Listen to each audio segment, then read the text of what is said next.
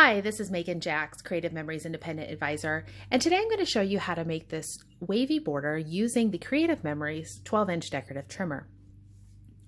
We're going to use some strips of paper, which I have pre-cut. I'm using a 2.5-inch piece of the rainbow wavy paper from the Fresh Fusion Rainbow Paper Pack. I also have goldenrod, leaf green, and scarlet cardstock. I've cut the wavy rainbow paper at 2.5 inches because I'm going to be using it twice. And the plain cardstock I have cut in 1.5-inch strips. To get started, we'll use the gentle swell of our decorative trimmer. So I'm going to go ahead and insert my paper. And this first cut I'm going to do is just to start the first trim, to start the wave out. So I'm going to try to get it as close as I can here, as long as I can make a full pass and bring away that small strip. And you can just discard this or save it for another project. After we've made our cut, we're going to go ahead and slide our paper over to this second mark. And we're going to slide it over at the bottom. And then at the top, we're going to go ahead, keeping our pivot point at the bottom, we're going to slide the top over until it meets the edge of the trimmer. And we'll close the trimmer. We're going to double check that we are lined up where we want to be and go ahead and make another pass. Now, because I want 2 of this wavy, I'm going to go ahead and repeat that again. So I'm going to slide it over. So I'm 2 marks from my cut line at the bottom. And I'm going to go ahead and pivot so that I'm even at the top, right at the edge of the trimmer. Close my trimmer, double check, and go ahead and cut. And then I'm going to repeat with my cardstock. So once again, I'm going to trim off that initial piece. Line up at the bottom, rotate at the top,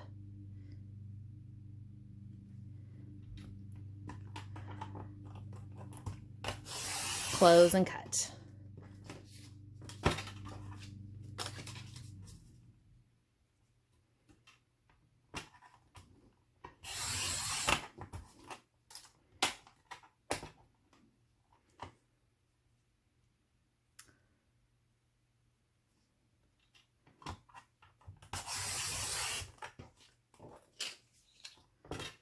And the last piece.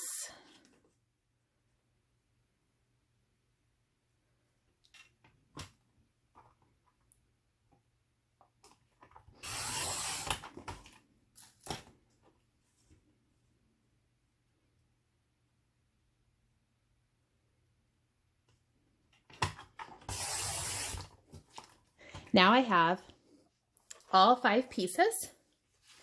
So I'm going to start the assembly. I've gone ahead here and I have one of the tonal blue papers from the Fresh Fusion Bold Pack. And I'm going to go ahead and I'm going to start off at the top with my leaf green.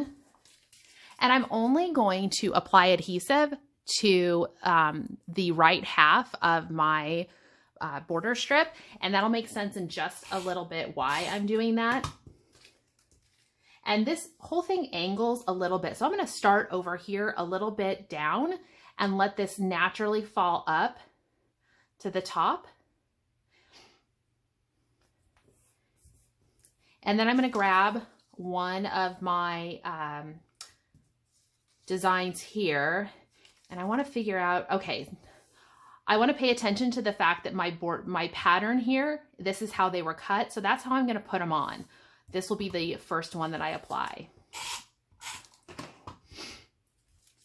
And I'm going to let it overlap a little bit. Now this was cut on an angle, so I'm going to rotate it, or actually, I'm not going to rotate, I'm going to shift it ever so slightly because I want to go all the way to my edge. And I can kind of feel my green sheet under there.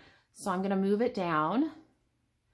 I'm not too concerned about over here, and I'll show you why in a little bit. I want to make sure from about here over looks good. And then I'm going to use yellow in the middle, or the goldenrod. Once again, I'm going to shift over a little bit. I'm starting to hang over the edge, and that's okay. I can trim that off at the end. I'm not concerned about the left-hand side. I'm worried about the right.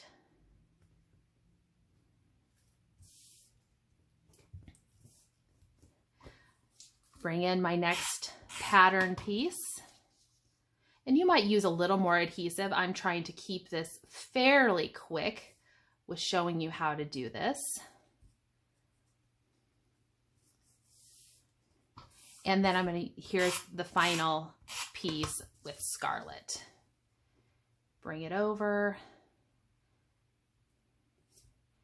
And looks pretty good. Now, remember, the original design, I have a lovely mat that's going to cover up a section here. So what I'm going to do is, using my scissors, I'm going to lift this up and I'm going to slice off those pieces. I'm going to go ahead and lift them back up, just using my scissors to kind of help me here. And I'm going to apply a little bit more adhesive down here to hold them in place. Now, I'm kind of going to have to rebuild it on the other side. And it's not hard. It doesn't have to be exact.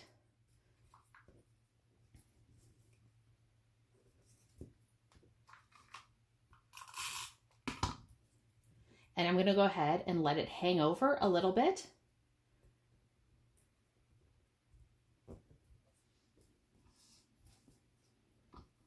And what I can do here to kind of help guide me a little bit is I can grab one of my other sheets, one of my discards, and I'm going to let that help guide me a little bit for my angle. So I like that angle. That looks really good there.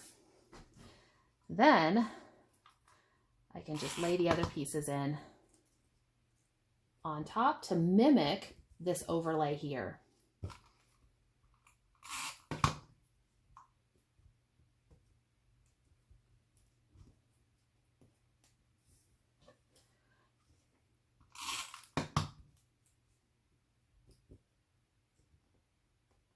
Line up. I want to keep my pattern lined up, so I make sure it looks pretty good there. I'm going to come in with my final scarlet piece, and I like how that looks. It's not exact, but I have got a lovely piece of cardstock with some photo mats on it. So all I need to do is come in and trim up the side, trim up both sides.